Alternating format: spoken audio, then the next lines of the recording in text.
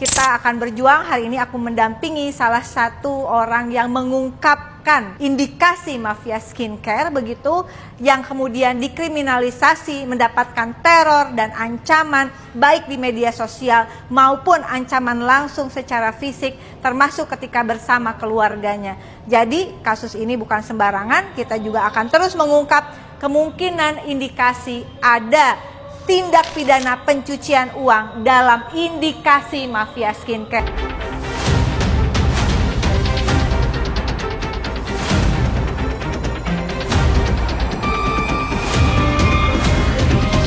Setelah permohonan kasasi, Nikita Mirzani ditolak oleh Mahkamah Agung.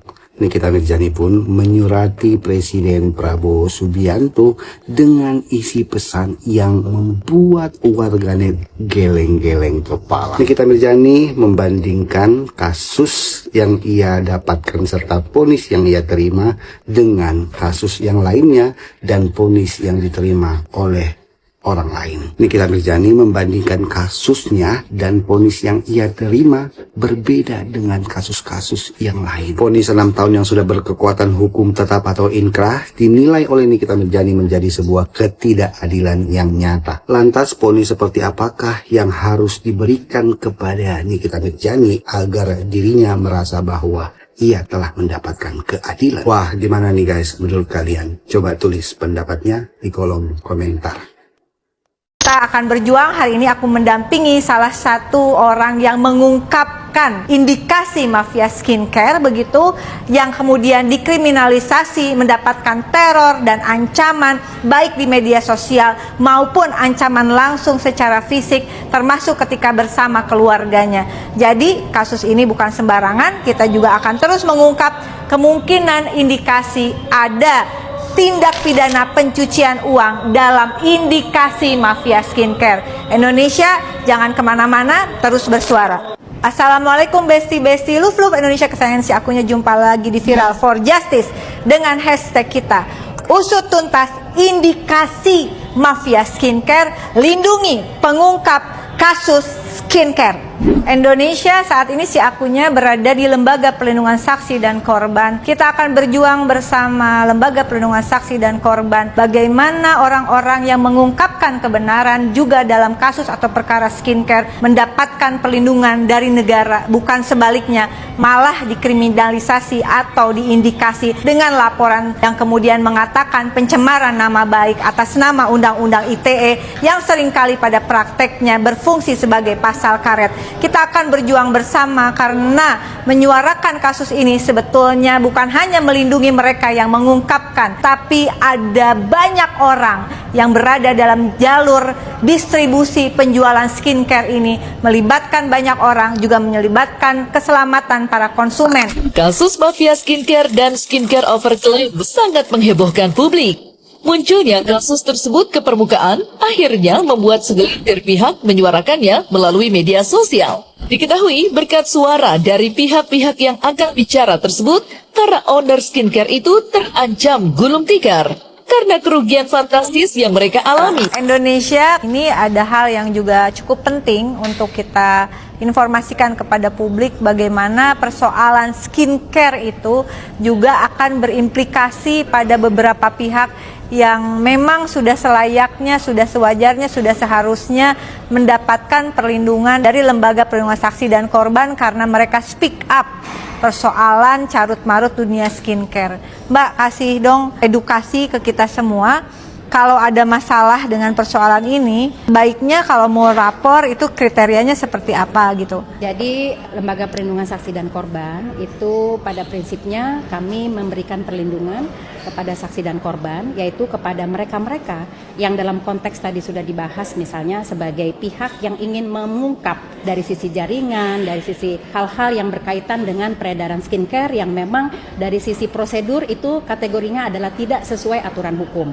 Maka kebutuhan mereka yang ingin speak up itu pastinya akan memunculkan dampak-dampak dalam hal dia terintimidasi, dia terancam gitu ya, dia dikriminalisasi bahkan. Nah, dalam konteks ini maka LPSK hadir untuk memberikan perlindungan kepada mereka-mereka yang menjadi bagian dari whistleblower yang ingin mengungkapkan hal-hal yang tidak sesuai prosedur tersebut. Sehingga kami menghimbau kembali kepada semua warga masyarakat tidak perlu takut. Kami Lembaga Perlindungan Saksi dan Korban akan hadir setiap saat untuk membantu para warga semua.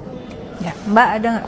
Ya, saya kira penting ya. Saya juga baru ternyata skincare ini bisa menimbulkan dampak yang cukup luas. Misalnya tadi kalau ternyata dalam bisnis skincare ini bertentangan dengan kesehatan sehingga menimbulkan kerugian. Misalnya tadi ternyata bisa menimbulkan kematian pada korbannya atau bahkan janin yang sedang dikandung. Nah, ini kan artinya bagian yang kita mesti pertimbangkan, dan saya kira setiap orang yang berani mengungkapkan adanya tindak pidana yang mengancam hajat hidup banyak orang termasuk nyawa, itu bagian dari yang kita mesti berikan perlindungan. Ya, jadi intinya dalam kasus indikasi, saya katakan indikasi adanya mafia skincare, negara tidak boleh diam begitu. Bahwa proses hukum kami tidak mengintervensi, tetapi tentu saja kita berusaha agar mereka yang bersuara jangan dikriminalisasi. Dan itulah salah satu fungsi dari Lembaga Perlindungan Saksi dan Korban. Ketika suara kebenaran itu kemudian malah mendapatkan intimidasi, insya Allah Lembaga Perlindungan Saksi dan Korban akan hadir seperti yang dikatakan Ketua Komisi 13 kemarin, ibarat malaikat kecil yang insya Allah akan melindungi siapapun warga negara Indonesia yang berani menyuarakan kebenaran dan keadilan.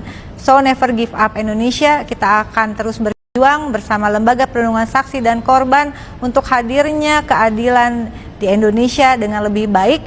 Jangan letih bersuara, never give up. Salam sopan. Mwah. Besti, aku mau komen soal yang ade-adean itu, ya kan? Biarin aja sih Besti, ini namanya reshuffle kabinet Besti, ya. Biar kasus-kasus di depan itu kan ada beberapa yang akan muncul dan mencuat dan menggemparkan. Biar seru Besti, ini mau ke sana, itu mau ke sini, ya kan? Terserah, bodoh amat. Karena kita tidak menghidupi mereka, kita tidak punya hak untuk mengatur. Sok sahade untuk jadi adi-adian, tenang sok. Mehnu itu tergeser. Hempas ya. Aku jeung si Dutel ya.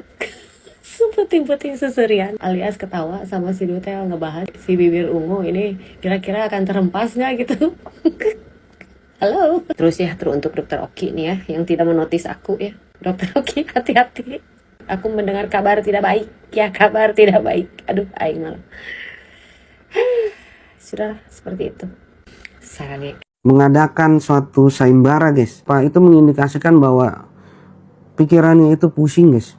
Pikirannya itu pusing ya. Lawyernya RG pusing. Dari kasus yang mana ini kasusnya ini naik? Kalau lawyer sampai begitu, berarti pusing itu dia. Dia nggak bisa menemukan. Ya, ada laporan di situ, pusing dia. Dan laporan yang mana ini? Akhirnya apa? Ya udahlah, gue bikin sayembara lah. Tapi receh yang dikasih 50 juta. Gimana sih? Mereka akan memakai baju orange. Apakah ada yang selamat? Nggak ada yang selamat, saya lihat. Kena semua. Ya. Selain mereka siapa lagi? Yaitu para buzzer-buzzer, para anak-anak ular. Itu pada kena karma masing-masing ya. Bukan dari sisi hukum aja ya karma itu akan jatuh ya. Mungkin dari kesehatannya akan terkena. Mungkin dari nama baiknya akan jatuh dan tidak akan dilihat. Udahlah, nggak perlu chat WA sana sini untuk cari pembelaan. Balikin duitnya Nikita Mirzani. Kok sekarang malah sok jadi korban? Tinggal balikin kok. Kemarin aja ngerasa si paling Nikita Mirzani, ngakunya keluarga Nikita Mirzani lah. Sekarang ngerasa si paling korban. Kok bisa sih sejahat itu? Bilangnya Nikita pernah bantu lu, Nikita keluarga lu. Kalau rumor di luaran sana nggak bener kalau lu nipu-nipu Nikita Mirzani, kenapa lu harus ngilang? Ke psikiater lah, ngedown lah. Bukannya lu si paling berpower ya? Dipuja-puji sana sini. Come on, gak usah playing victim. Jadi ngerasa korban karena dilantamin sana sini, karena pada banyak yang speak up. Balikin aja duitnya. Kayak Raya kan, masa gak bisa balikin duitnya? Haram tahu makan duit Markus. Beneran deh. Udah gitu tipu-tipu lagi. Ayo, siapa yang udah kemakan duit Markus? Hati-hati, karmanya sampai ke anak cucu. Gak berkah tahu hidupnya. Makan duit Markus, ketambahan lagi tipu-tipu. Udah si paling-paling. Tahu-taunya Markus tipu-tipu pula. Balikin atulah duitnya. Balikin. Katanya orang si paling kaya. Masa nggak bisa balikin uangnya? Atau jangan-jangan uangnya udah dihabisin ya? Disebar-sebar, dibagi-bagiin biar ada pendukung. Biar pada bungkam. Ingat, makan duit Markus, makan duit tipu-tipu itu karmanya nggak main-main. Sampai ke anak cucu, dosa pula.